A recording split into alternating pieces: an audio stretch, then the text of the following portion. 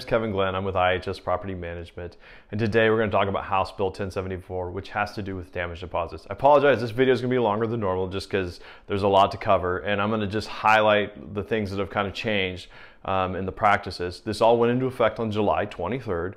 Again, I'm going to remind you, I'm not an attorney, I'm not an accountant or a CPA. In no way does this constitute legal counsel, legal advice, accounting advice, any of those. You need to go seek out those professionals. This is for the informational purposes, so you know what conversations to go have with your attorneys and figure out what's going to be best practice for you. So in these slides, the stuff that's highlighted in yellow, these are the things that have changed, and we're going to highlight probably some of the most important things that have changed. First thing is that you need to have in writing a written checklist, and it must be provided by the landlord to the tenant at the commencement of the tenancy. It must be done at the beginning, all right?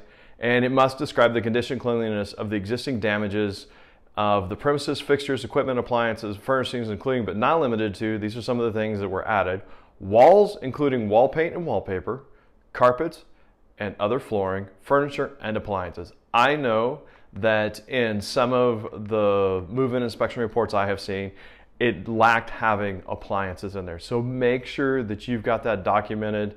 Have a conversation with your attorneys. I know our practices are through our software, everything is photographed and documented, and in our photographs, everything's time-stamped, GPS stamped, date stamped. I mean, it's picture says 1,000 words. So you need to figure out what the best practice for you is going to be.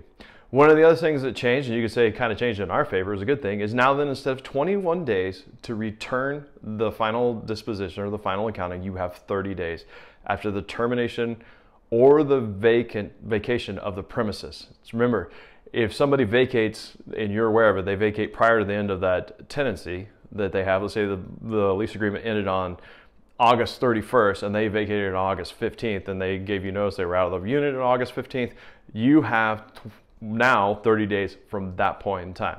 Now some of you guys might go, oh hey, whenever those lease renewals come up, I'm going to go ahead, I'm going to do a change in terms, and I'm going to say, hey, now that the new law is 30 days, I'm going to tell you, go have a conversation with your attorney before you do that, because you potentially could be putting yourself in a situation that you might not want to be in. So before you just go, hey, I'm going to change, I have a lease agreement that happened prior to July 23rd, and let's say it happened way before, whatever the case is, and you're going to do a lease renewal, you're going to do a change of terms, 30-day notice, change of terms, you're doing a lease renewal, and you're going to go, hey, I'm going to change it, so now it's 30 days.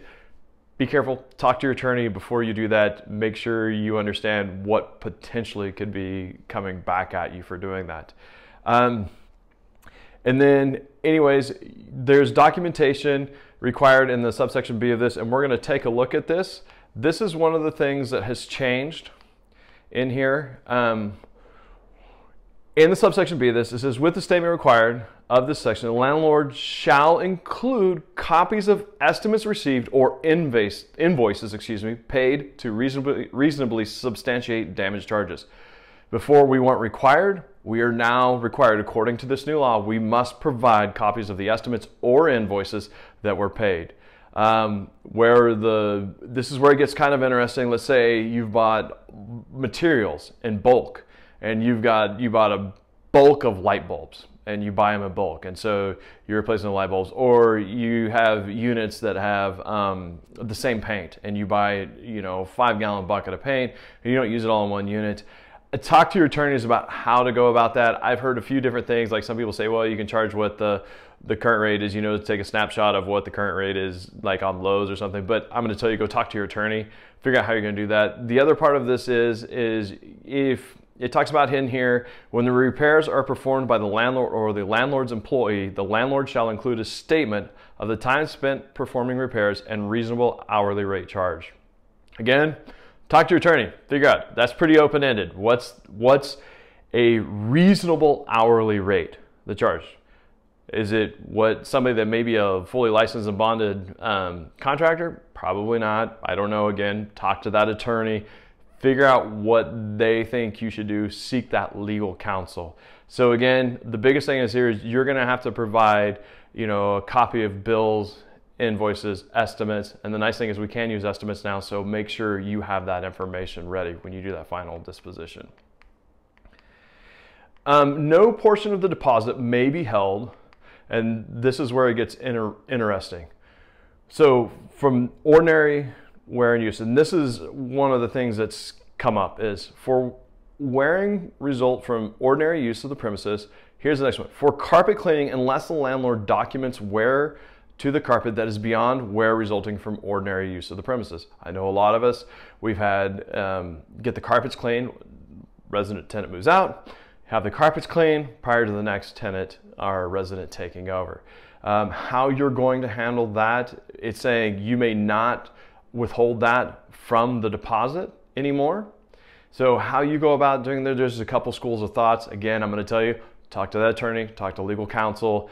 I know we've had discussions with our attorney and how we're, as a property management company, how we're going to handle that. I know we're charging a non-refundable carpet shampooing fee for this, but there are some things about that. Again, I'm going to tell you, go have that conversation with that attorney, figure out how the best practice is for you moving forward. And again, this is as of July 23rd. So any lease agreement that started from July 23rd moving forward, this is now in place. So this gets interesting. When it talks about in excess of cost of the repair or replacement of the damaged portion in situations where the premises, including fixtures, equipment, appliances, and furnishings, are damaged in excess of wear resulting from ordinary use of the premises, but the damages does not encompass the item's entirety. That one I think is interesting because let's say you have an older fridge or an older stove and it works fine, but let's say the resident breaks the handles off. They break them. And now then it's old enough that you can't get those replacement parts. So now then you're basically forced to buy a new fridge. But again, talk to your attorney. I'm still not sure how that's going to play out because it's saying damage does not encompass the item's entirety, because the fridge still works, but you can't get new fridge handles for it because it's old enough. But it almost sounds like you can't charge as a resident for a new fridge, which I mean, understandably in there. But again, I'm telling you this so you'll go talk to that attorney and seek legal counsel on, if you find yourself in the situation, what the best practice is at that point in time when you're charging the damage deposit. The other part of this is damages resulting from ordinary use of the premises or not substantiated by documentation equivalent to what was required. So you didn't have the signed move-in inspection, you didn't have the invoices, estimates, all that stuff.